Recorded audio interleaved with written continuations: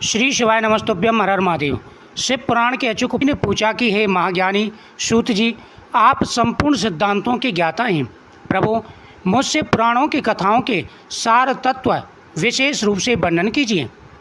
ज्ञान और वैराग्य सहित भक्ति से प्राप्त होने वाले विवेक की वृद्धि कैसे होती है तथा साधु पुरुष किस प्रकार अपने काम, क्रोध आदि मानसिक विकारों का निवारण करते हैं। इस घोल करकाल में जीव प्राय असुर स्वभाव के हो गए हैं। उस जीव समुदाय को शुद्ध देवी संपत्ति से युक्त बनाने के लिए कोई श्रेष्ठ उपाय बताइए। आप इस समय मुझे ऐसा क्यों शाश्वत साधन बताइए जो कल्याणकारी वस्तुओं में सबसे उत्कृष्ट एवं सर्वमंगलकारी हो तथा पवित्र करने वाले उपायों में भी सबसे उत्तम पवित्रकारी उपाय हो।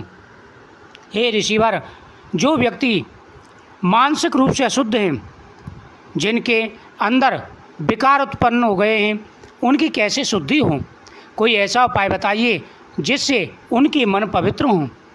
अतः वह साधन ऐसा हो जिसके अनुष्ठान से शीघ्र ही अंतःकरण की शुद्धि हो तथा उसमें निर्बल चित्त वाले पुरुषों को सदा के लिए शिव की कृपा प्राप्त हो। अब सूत जी कहते हैं कि हे मुनिश्रेष्ठ शौनक, तुम धन्य हो।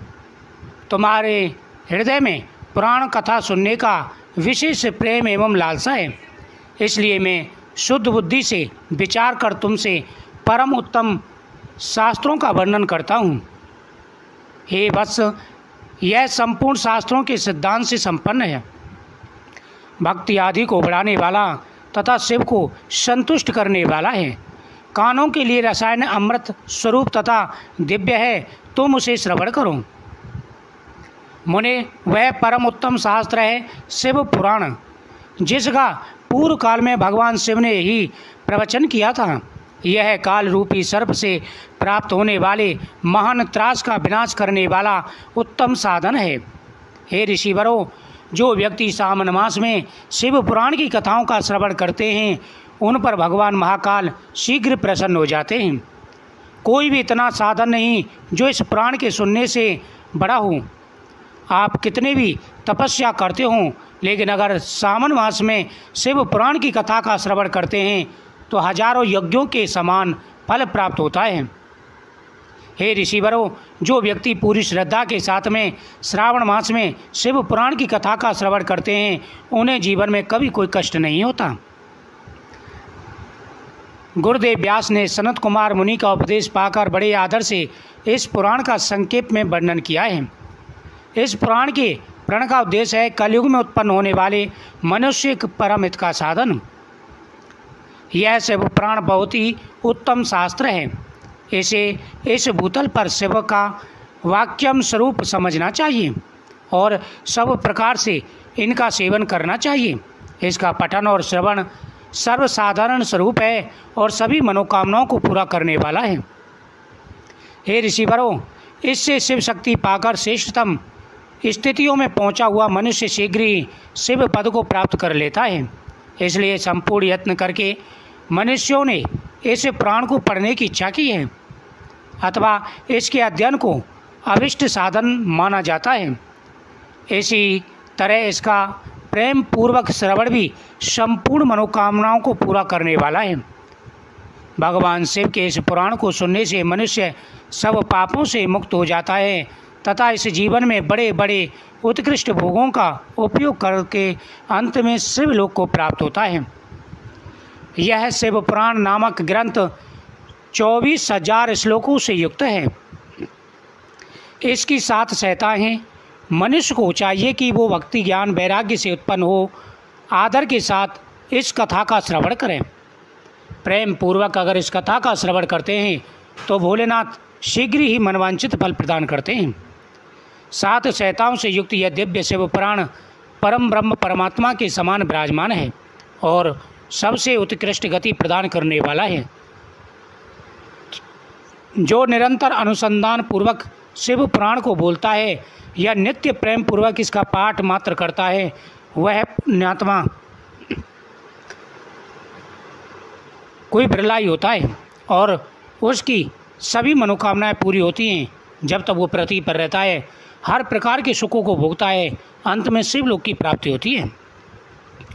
जो उत्तम बुद्धि वाला पुरुष अंतकाल में भक्ति पूर्वक इस पुराण को सुनता है, उस पर अत्यंत प्रसन्न हुए भगवान महेश्वर उसे अपना पद प्रदान करते हैं। जो प्रतिदिन आदर पूर्वक इस पुराण की पूजा करता है, वह संसार में संपूर्ण भोगों को भोगकर अंत में भगवान शिव के पद को प्राप्त कर लेता है। जो प्रतिदिन आलस रहित हो रेशमी वस्त्र आदि के वेष्टन से इस पुराण का सत्कार करता है, वह सदा सुखी रहता है। यह शिव पुराण निर्बल तथा भगवान का सर्वस्व है। जो इन लोक और परलोक में भी सुख चाहता है, उसे आदर के साथ यत्न पूर्वक इसका सेवन करना चाहिए। यह निर्बल एवं उत्तम शिव पुराण धर्म, अर्थ, काम और मोक्ष रूपी 4 पुरुषार्थों को देने वाला है। अतः सदा इसका प्रेम पूर्वक श्रवण एवं पठन करने से विशेष लाभ मिलता है। हे ऋषिवरों, श्री शौनक जी ने कहा, महाभाग सूत जी, आप धन्य हैं, परमार्थ तत्व के ज्ञाता हैं। आपने कृपा करके हम लोगों को यह दिव्य कथा सुनाइए। भूतल पर इस कथा के समान कल्याण का सर्वश्रेष्ठ साधन दूसरा कोई नहीं, यह बात आज हमने अच्छी तरह से जान ली है। सूत जी, कलयुग में इन कथाओं के द्वारा कौन कौन से पापी शुद्ध होते हैं, उन्हें कृपा पूर्वक बताइए और इस जगत को कृतज्ञ कीजिए।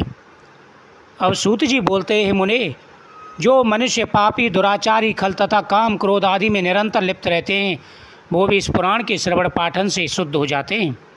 इसी विषय में जानकर मुनि इस प्राचीन इतिहास का उदाहरण दिया करते हैं, जिसके श्रवण मात्र से संपूर्ण पापों का नाश हो जाता है। हे ऋषिवरों, पहले की बात है, कहीं किरातों की नगर में एक ब्राह्मण रहता था, जो ज्ञान में अत्यंत दुर्बल, दरिद्र, रस बेचने वाला तथा वैदिक धर्म से विमुख था। वह स्नान, संध्या आदि कर्मों से भ्रष्ट हो गया था एवं वैश्यावृत्ति में तत्पर रहता था। उसका नाम था देवराज। वह अपने ऊपर विश्वास करने वाले लोगों को ठगा करता था। उसने ब्राह्मणों, क्षत्रियों, वैश्यों, शूद्र तथा दूसरों को भी अपने वाहनों से मारकर उनका सब धन हड़प लिया था। हे ऋषिवरों, वह बड़ा पापी और दुराचारी था, परंतु उस पापी का थोड़ा सा भी धन धर्म कार्य में नहीं लगता था। वह वैश्यागामी तथा सब प्रकार से आचार भ्रष्ट था। एक दिन वह घूमता घूमता प्रतिष्ठानपुर झूसी प्रयाग में जा पहुंचा। वहाँ उसने एक शिवालय देखा, जहाँ बहुत से साधु महात्मा एकत्र हुए थे। देवराज उस शिवालय में ठहर गया, किंतु वहाँ उसे ज्वर आ गया। उस ज्वर से उसको बहुत पीड़ा होने लगी। वहाँ एक ब्राह्मण देवता शिव पुराण की कथा सुना रहे थे। ज्वर में पड़ा हुआ देवराज ब्राह्मण के मुखारबिंद से निकली उस शिव कथा को निरंतर सुनता रहा। 1 मास के बाद वह ज्वर से अत्यंत पीड़ित होकर चल बसा। यमराज के दूत आए और उसे पासों में बांधकर बलपूर्वक यमपुरी ले गए। इतने में ही शिवलोक से भगवान शिव के पादर्श आ गए। उनके गौर वर्ण कपूर के समान उज्जवल थे, हाथ त्रिशूल से सुशोभित हो रहे थे। उनके संपूर्ण अंग पर भस्म चमक रही थी और रुद्राक्ष की माला उनके शरीर पर शोभा पा रही थी। वे सब के सब क्रोधपूर्वक यमपुरी गए और यमराज के दूतों को मार पीट कर बारंबार धमकाकर उन्होंने देवराज को उनके चंगुल से छुड़ा लिया और अत्यंत अद्भुत विमान पर बैठाकर जब वे शिवदूत कैलाश पर्वत को जाने लगे, उस समय यमपुरी में भारी कोलाहल मच गया। उस कोलाहल को सुनकर धर्मराज अपने भवन से बाहर आए।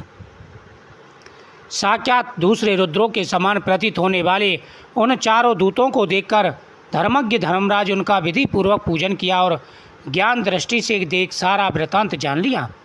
उन्होंने भय के कारण भगवान शिव के उन महादूतों को कोई बात नहीं पूछी और उन्होंने उनका आदर सत्कार किया, उनकी प्रार्थना की, पूजा की।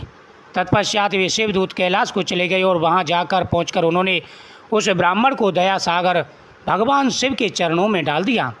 शिव पुराण की इतनी महिमा है। इस कथा को प्रतिदिन श्रवण करें, वीडियो को शेयर करें, चैनल को सब्सक्राइब